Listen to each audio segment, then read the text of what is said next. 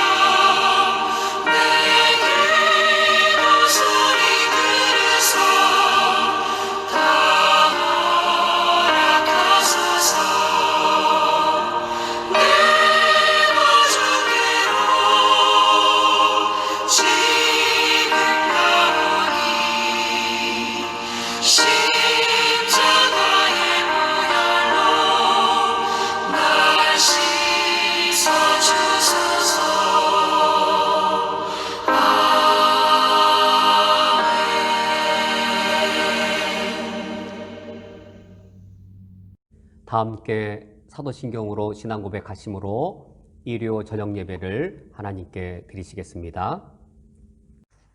전능하사 천지를 만드신 하나님 아버지를 내가 믿사오며 그 외아들 우리 주 예수 그리스도를 믿사오니 이는 성령으로 잉태하사 동정녀 마리아에게 나시고 본디오 빌라도에게 고난을 받으사 십자가에 못 박혀 죽으시고 장사한 지 사흘 만에 죽은 자 가운데에서 다시 살아나시며 하늘에 오르사 전능하신 하나님 우편에 앉아 계시다가 저리로서 산자와 죽은 자를 심판하러 오시리라. 성령을 믿사오며 거룩한 공회와 성도가 서로 교통하는 것과 죄를 사하여 주시는 것과 몸이 다시 사는 것과 영원히 사는 것을 믿사옵나이다. 아멘. 하나님 아버지시여, 저희들이 각 처소에 머물며 하나님 아버지 앞에 함께 모였사오니 주를 예배하는 저희들 가운데 성령 한 영께서 임하여 주옵소서. 우리의 마음과 뜻을 다하여 하나님을 예배하게 할 수 있게 하여 주시옵고 하나님의 존전에 나아가 주님의 함께하심을 누리게 하여 주옵소서. 예수 그리스도의 이름으로 기도합니다. 아멘. 다 함께 찬송하시겠습니다. 찬송가 461장 십자가를 질 수 있나 함께 찬양하시겠습니다.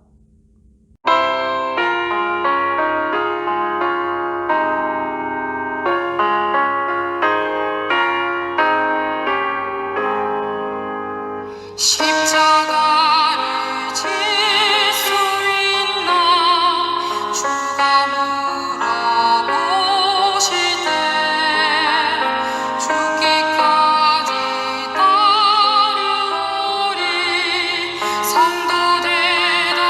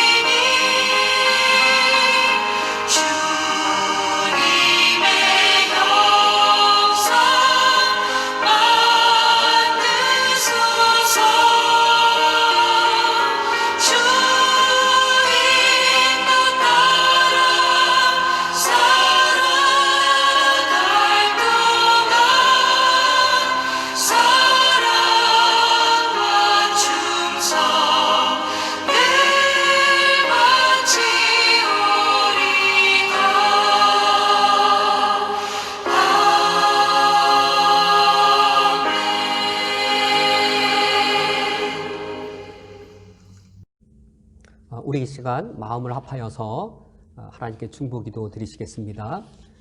가장 첫 번째로는 우리 코로나 바이러스의 이 상황이 조속히 해결될 수 있도록 하나님께 도움을 구하는 기도를 드리겠습니다. 이 코로나 바이러스를 통해 우리 인간의 연약함을 하나님이 알게 하셨는데 우리가 그때일수록 하나님을 찾고 주님의 선하신 그 역사하심을 우리가 바라볼 수 있도록 이제 하나님께 도움의 기도를 함께 드리기 원합니다. 두 번째로는 코로나 확진을 받고 나서 현재 치료받고 계신 우리 교우가 두 분이 계십니다. 한 분은 우리 쿠웨이트 현지에서, 한 분은 한국에서 치료를 받고 계십니다. 마음의 용기를 주셔서 이 치료 과정을 잘 받을 수 있도록, 그리고 마음의 평안 가운데 또 주변의 의료진과 여러 이 돕는 손길을 통해서 바르게 케어할 수 있도록 두 분을 위하여 기도를 부탁드립니다.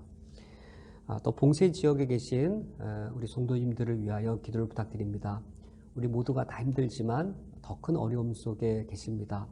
하나님께서 먼저 봉쇄 지역에 계신 성도님들의 건강과 또 안전을 지켜주시도록, 또 경제적으로나 또 다른 여러 어려움이 있다면 하나님이 해결의 길을 더하여 주시도록 기도를 부탁드립니다.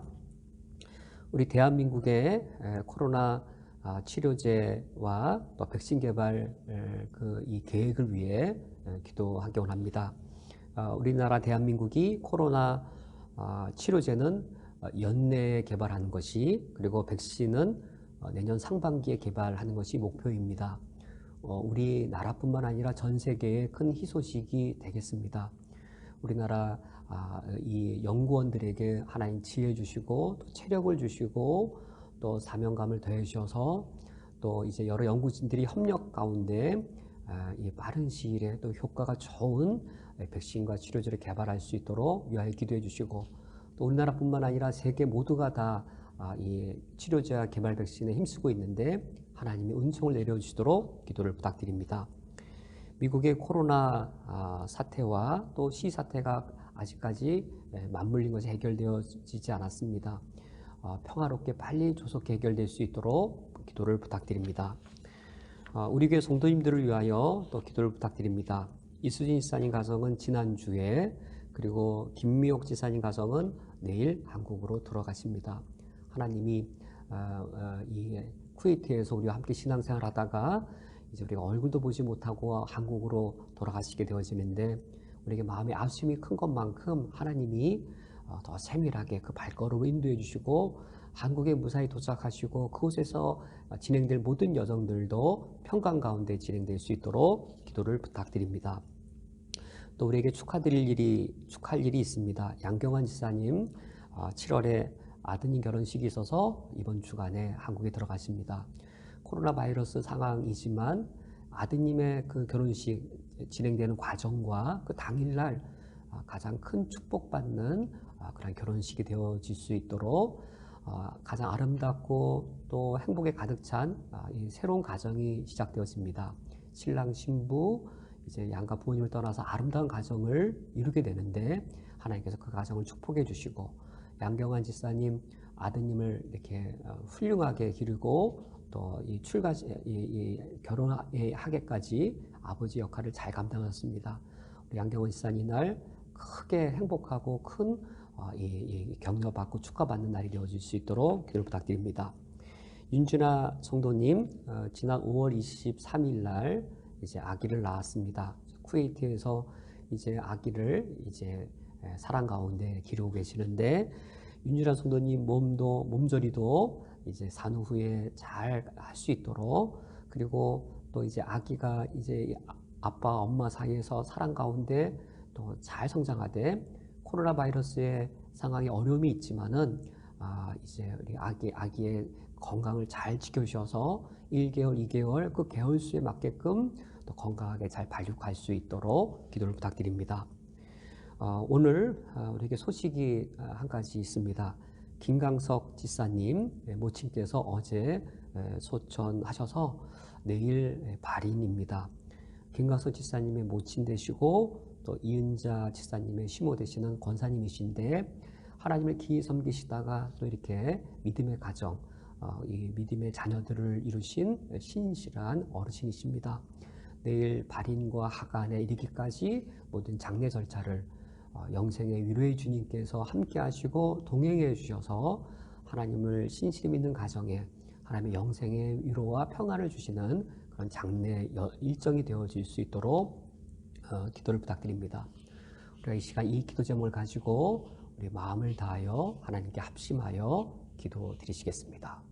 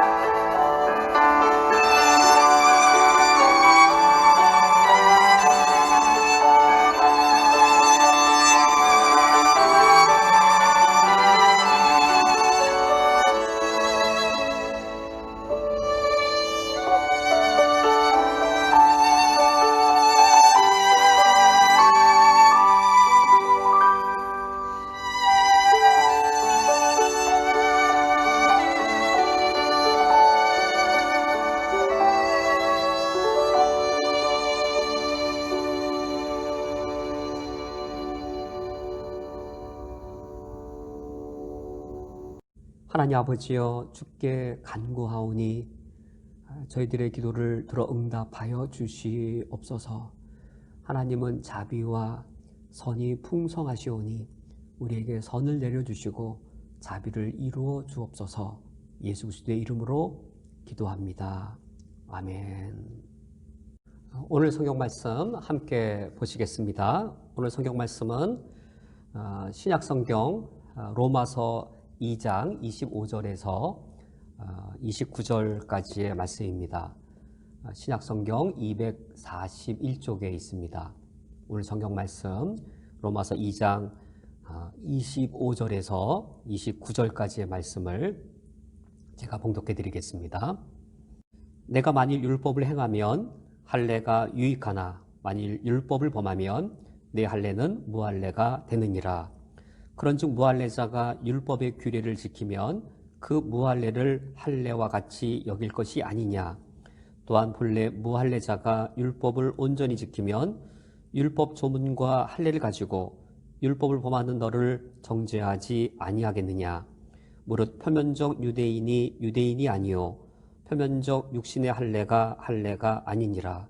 오직 이면적 유대인이 유대인이며 할례는 마음에 할지니 영에 있고 율법 조문에 있지 아니한 것이라.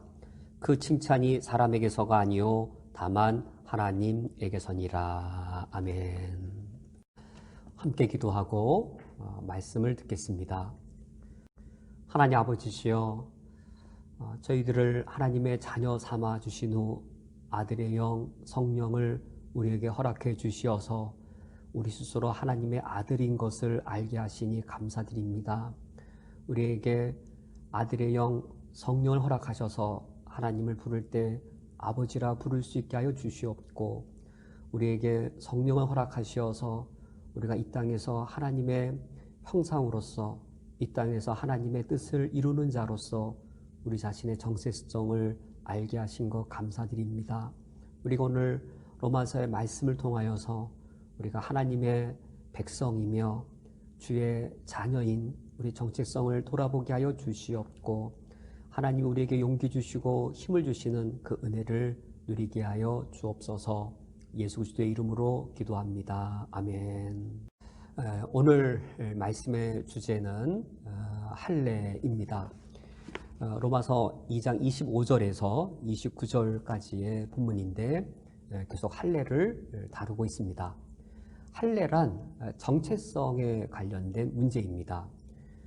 그래서 성경 구절에 할례자냐 무할례자냐 이런 의문이 있으면 정체성에 대해서 묻는 겁니다. 내가 할례 받은 자로서 라고 말할 때 내가 하나님의 언약 백성인데 라고 하는 언약 백성의 정체성을 말하는 것이고, 무할례자다 또는 무할례자다란 말은 너는 언약 밖에 있는 사람이고 너는 하나님의 언약과 아무 상관없는 자가 아니냐. 우리 할례 받은 우리만 하나님의 그 언약, 아브라함 언약, 하늘의 별과 같이 자손을 많게 하고 가나안 땅을 유업으로 주겠다라고 하는 그 아브라함의 언약, 그 언약은 우리하고 관련이 있는 거지. 무할례자인 너희는 이런 언약의 축복에 아무 상관없는 언약 밖에 있는 자다라는 의미가 이제 무할례자란 의미입니다. 이 할례는 유대인의 그 이 언약 백성으로서의 정체성을 가르쳐주는 말입니다. 이런 할례에 대해 우리가 오늘 로마서 말씀을 읽어보면 사도 바울이 정통 유대인 입장에서는 대단히 받아들일 수 없을 만큼의 충격적인 도전을 하고 있습니다. 유대인들은 이 겉모습을 보더라도 내가 언약 백성이라고 하는 것이 드러내게 모양을 갖고 있었습니다. 이를테면 우리가 그 세계 2차 대전 때 히틀러가 유대인들을 학살할 때 유대인인지 아닌지를 확인하는 방법 중에 하나가 남자의 경우는 할례를 받았느냐였습니다. 그러면 그 할례를 받았는지 확인을 해보면 유대인인 겁니다. 유대인이 아닌데 할례 받는 경우는 드물겠죠. 있더라도 이처럼 할례는 외적으로 보더라도 이 사람이 유대인이고 하나님의 언약 백성이란 사실을 그 정체성을 외적으로 보여주는 사안이었습니다. 바울이 지금 그거를 문제 제기하는 겁니다. 언약 백성이라는 그 정체성을 보여주는 표시가 그 몸에 할례 표시를 하면 그것이 언약 백성의 이 정체성 보여주는 것이겠느냐라고 하면서 28절에 무릇 표면적 유대인이 유대인이 아니요 표면적 육신의 할례가 아니니라. 지금 이런 말씀인 겁니다. 표면적으로, 그러니까 외형적으로 눈으로 봤을 때 몸에 그 표시를 낸 것이 그 자체만으로 하나님의 언약 백성의 정체성을 보여주는 것이겠느냐? 몸의 표시를 하는 게 아니고 마음의 표시를, 언약 백성으로서의 표시를 보여줘야 하는 것이라. 그래서 29절에 오직 이면적 유대인이 유대인이며, 여기 이면적이라는 말은 내면의란 말입니다. 내면의, 그러니까 표면적, 몸의 외형적인, 이면적, 내면의. 여기 내면의란 말이 눈에 안 보인다는 게 아니고요. 눈에 보입니다. 성격이 불같은 사람, 눈에 보이나요? 안 보이나요? 눈에 보입니다. 마음이 따뜻한 사람, 보입니다. 성격이 부드러운 사람, 온유한 사람, 눈에 보입니다. 이 이면적이라는 것이 눈에 안 보인다는 게 아니고 그 표시가 몸에 생식기의 표피를 잘라낸 형태로 눈에 보이는 것이냐, 그것이 언약 백성의 표징이겠느냐, 아니면 내면의 표시를 한 것, 내면의 할례를 받아서 표시를 한 것, 내면의 죄성을 잘라내는 그 내면의 할례를 통해 성질이 이렇던 사람이 성질이 아름답게 바뀌는 것, 또 그거 보이잖아요. 성질이 막 이랬던 사람이 할례 받고 성질이 온화해지고 부드러워지고 선해지면 그 눈에 보이죠. 이 언약 백성의 정체를 보여주는 표징인 할례가 표면적인 것이냐 이면적인 것이냐, 이면적인 것이다라고 사도 바울이 정통 유대인들에게 도전하면서 선언하는 것이었습니다. 그래서 29절에 할례는 마음에 할지니, 바로 그런 말씀인 겁니다. 영에 있고 율법 조문에 있지 아니한 것이라. 율법 조문 자체에 할례를 생식기 표피를 잘라내라 라고 하는 그런 것이 있는 것이 아니라 영에, 내면에 있는 것이다라고 사도 바울이 가르쳤습니다. 이러한 로마서 2장의 할례에 대한 해석을 1700년 전 고대 그리스도인들은 어떻게 해석했을까요? 우리가 오늘 살펴보려고 하는 바입니다. 이런 로마서 2장의 기본적인 해석은 우리나 1700년 전 그리스도인이나 다 똑같이 해석합니다. 이 해석을 할 때 과연 이 1700년 전의 고대 그리스도인들은 지금 이 기본적인 로마서의 할례의 의미를 어떤 의미로 해석했으며, 그리고 해석한 의미대로 실천을 했겠죠. 그냥 경구 또 본문 그냥 학문적으로 해석한 것이 아니고 실천하려고 해석한 거였습니다. 이 실천적인 할례의 의미를 어떻게 해석하여서 실제 삶에서 어떻게 적용했는가. 1700년 전에 어거스틴이라고 하는 참 신실한 그리스도인이요, 또 단순 신실한 그리스도인이 아니라 대학자입니다. 대신학자인데 이 1700년 전에 신실한 그리스도인이었던 또 대신학자였던 어거스틴, 그러니까 이제 아우구스티누스, 영어식으로 읽으면 어거스틴, 이 어거스틴이 과연 어떻게 할례의 의미를 해석하여 어떻게 실천적으로 그것을 가르쳤는가, 우리가 오늘 이것에 대하여 살펴보고자 합니다. 그러면 구약시대의 할례는 무엇이며 신약시대 우리 그리스도인들에게 이 할례는 어떤 의미를 갖고 어떻게 실천해야 되는가. 구약시대에 아들이 태어나면 제8일째에 생식기 표피를 잘라냈습니다. 그것은 과연 어떤 의미를 나타내는 것인가.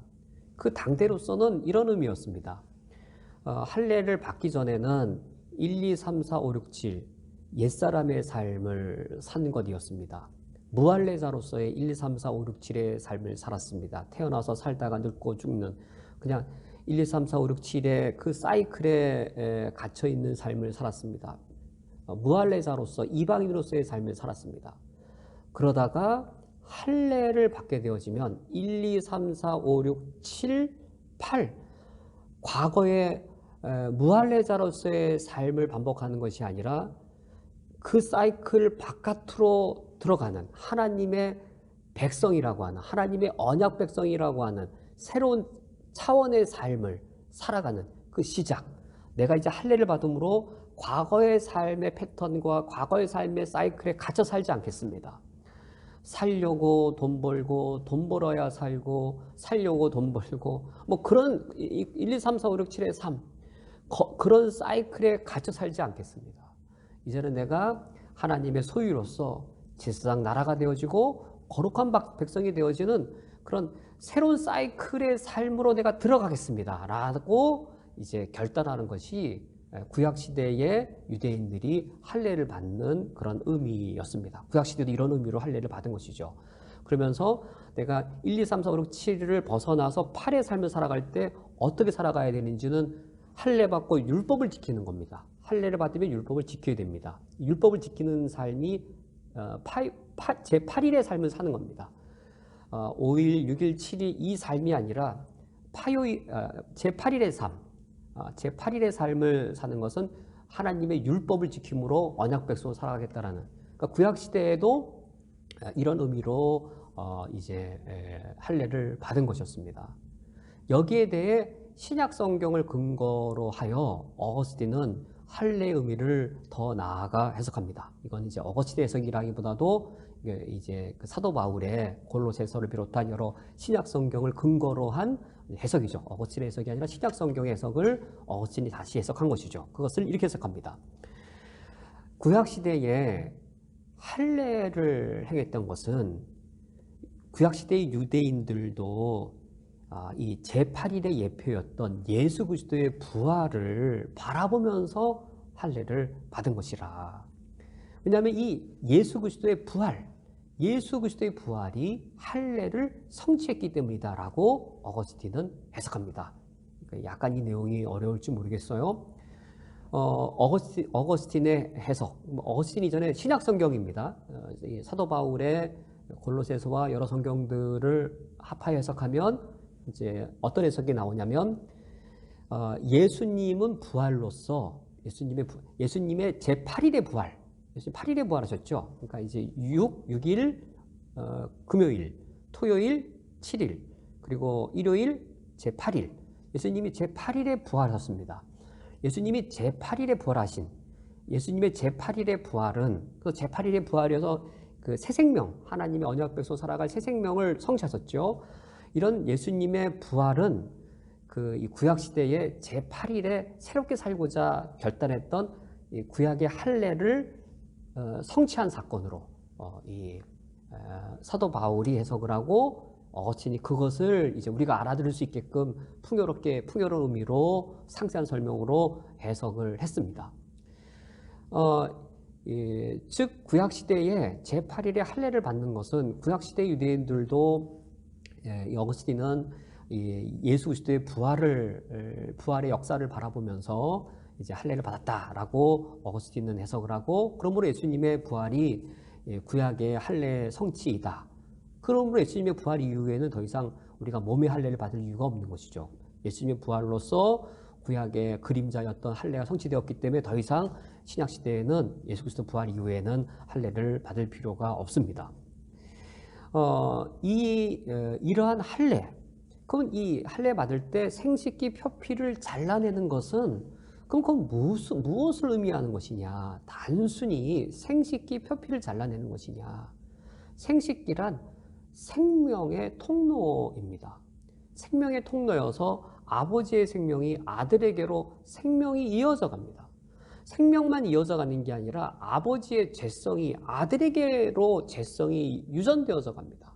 아버지가 죄인인데, 그래서 그 생명만 전달되는 게 아니라 죄성까지 유전되어져서 아들도 죄인으로 태어난 겁니다. 이러한 상징적인 의미하에 생식기 표피를 잘라내는 의식은 무슨 상징일까요?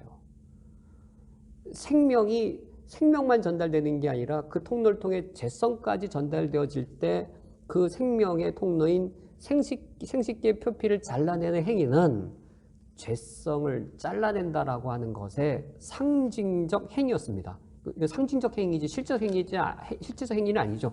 생식기 표피를 잘라냈다고 죄성이 잘라지지는 않는 거죠. 그거를 실제적인 게 아니고 상징하는 거예요. 상징. 이 생명이 전달될 때 죄성까지 전달되니 그 생식기 표피를 절단함으로 우리 인간의 마음에, 제가 이 어거스틴의 말을 직접 읽어드리면 옛사람을 벗어버리는 것 또는 마음으로부터 육체의 정욕을 제거하는 것을 생식기 표피를 잘라내는 것이라고 어거스틴이 해석을 합니다. 우리 안에 있는 죄성을 잘라내는 그 결단을 보여주는 것이 바로 구약시대의 할례의 영적 의미라고 해석을 합니다. 오늘 로마서 2장 말씀에 할례는 마음에 할지니, 우리가 마음의 할례를 받은 자들입니다. 언제 우리가 마음의 할례를 받게 되었는가? 언제 우리가 마음의 할례를 받게 되었냐면 성령을 받을 때입니다. 그때 할례 받은 겁니다. 할례는 마음에 할지니, 내가 마음에 할례를 하는 게 아니라 성령 받을 때 마음의 할례를 받게 되는 겁니다. 그래서 회개가 터져 나오는 겁니다. 성령 받을 때 성령은 회개의 영이어서 우리로 하여금 내 죄의 더러움을 보게 하시고, 정말 나는 죽을 죄인입니다. 내가 다시 이 죄를 지으면 안 살고 싶습니다. 라고 성령께서 내 죄에 대해 애통케 하셔서 그때 할례를 받는 거예요. 성령이 우리를 할례케 하시고 그 다음에 성령이 우리 마음에 성령의 거룩한 법을 새기심으로 우리가 마음의 할례를 받는 것이죠.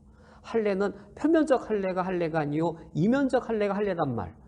그래서 성령께서 우리 마음에 할례를 받게 하심으로, 마음의 할례 받으면 내면이니까 눈에 안 보이는 게 아니고 눈에 보여요. 탐욕에 살고 음욕에 살던 사람, 근데 성령의 할례를 받아서 음욕과 정욕을 잘라내면 그만큼 우리의 삶이 예수 믿지 않는 사람 볼 때에 저 사람 그래도 바르게 사는 사람이네 라고 눈에 보입니다. 그게 마음의 할례를 받는 겁니다. 이건 제 해석이 아니고 어거스틴이 이렇게 해석을 하는 겁니다.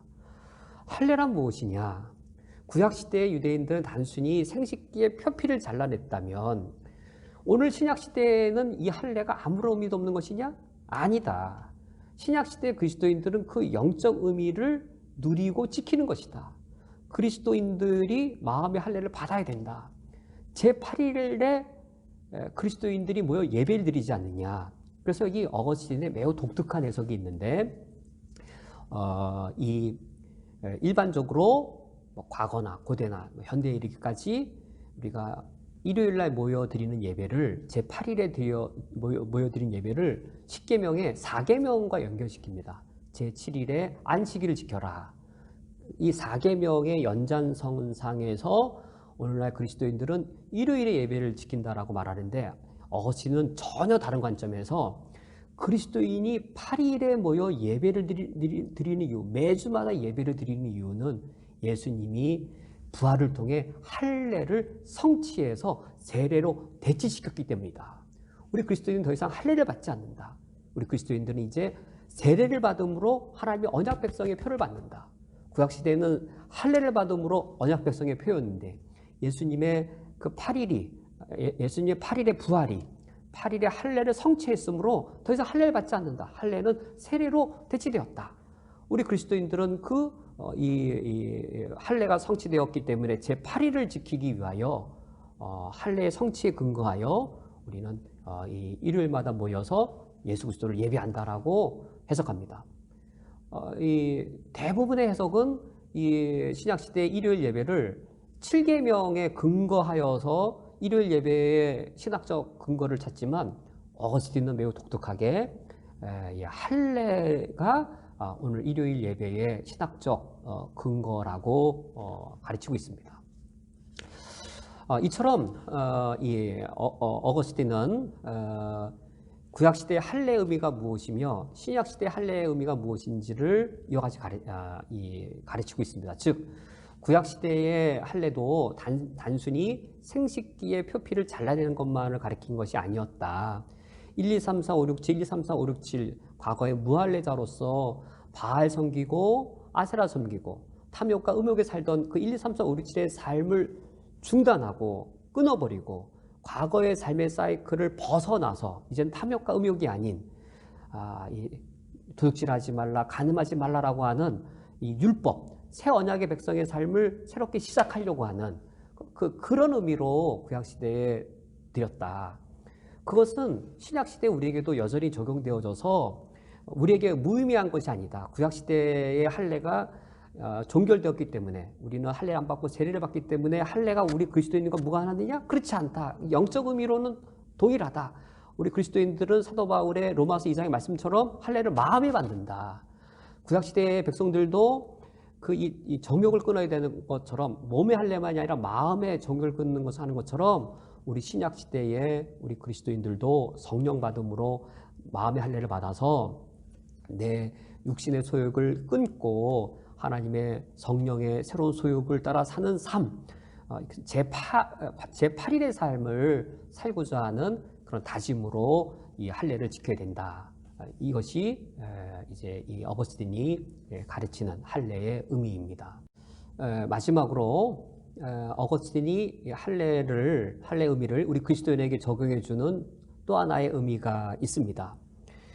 할례가 신약시대 그리스도인에게 어떤 의미를 갖고 있고 또 그리스도인은 어떻게 살아가야 되는가와 관련됩니다.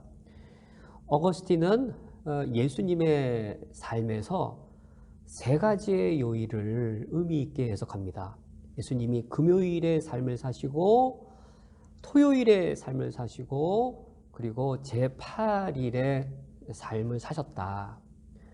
예수님에게 있어서 6일, 7일, 8일의 삶이 있듯이 우리들도 예수님의 그 금요일에 그리고 토요일에 제8일의 삶을 우리 그리스도인도 살고 있고 살아갈 것이다. 이렇게 해석을 하면서 할례의 의미를 더 부여합니다.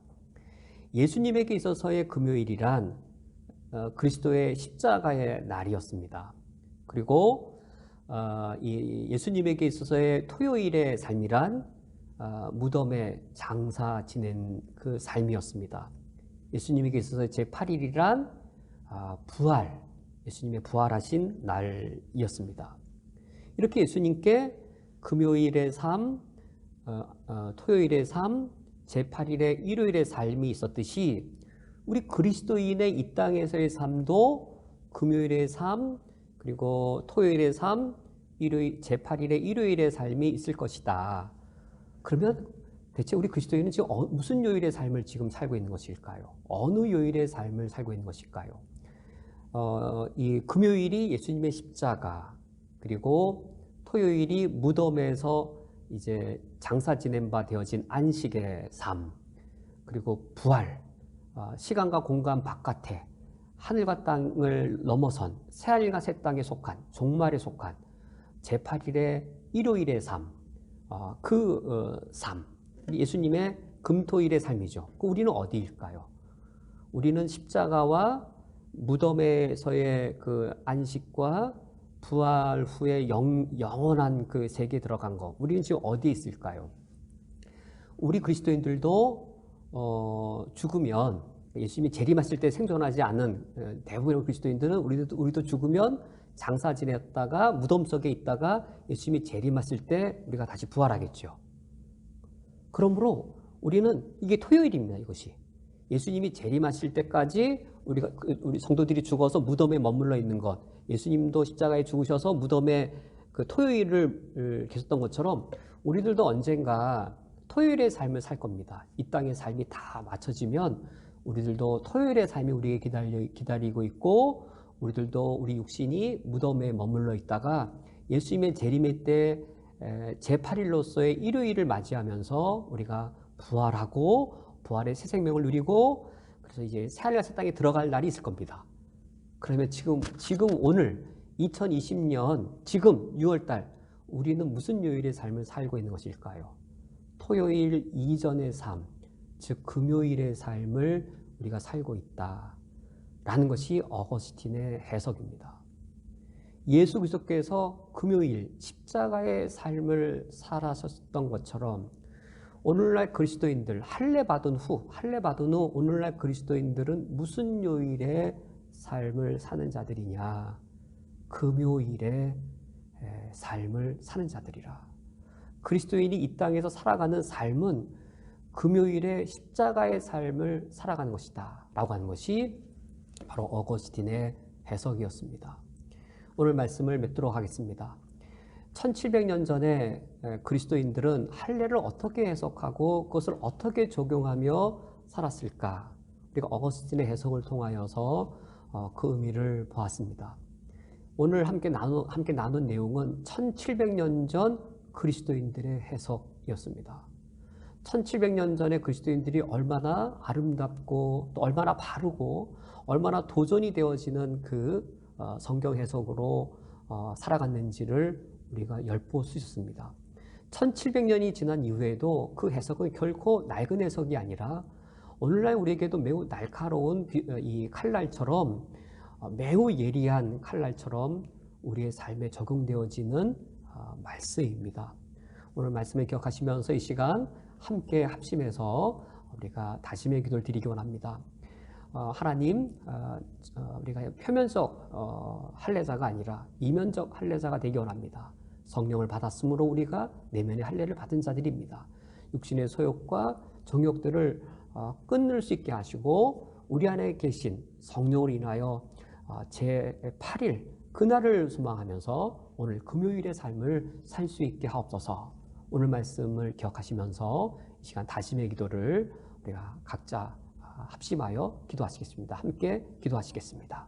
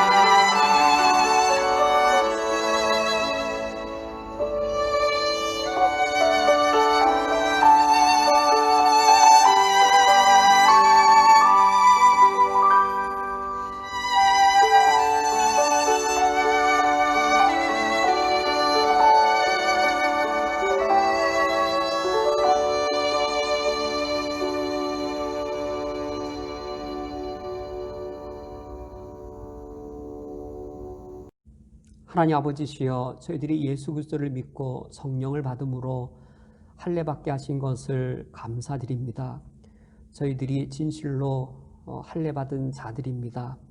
우리 내면에 할례 받은 자들입니다. 할례 받은 자로서 이 땅 살아갈 때 제8일의 삶을 살아가게 하여 주시옵고, 금요일의 삶을 살아갈 수 있도록 우리를 인도하여 주시옵소서.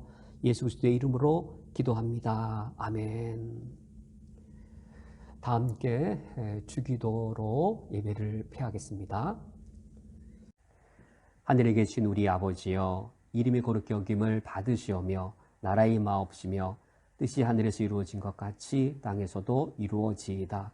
오늘날 우리에게 일용할 양식을 주시옵고 우리가 우리에게 죄 지은 자를 사하여 준 것 같이 우리 죄를 사하여 주시옵고 우리를 시험에 들게 하지 마시옵고 다만 악에서 구하시옵소서. 나라와 권세와 영광이 아버지께 영원히 있사옵나이다. 아멘.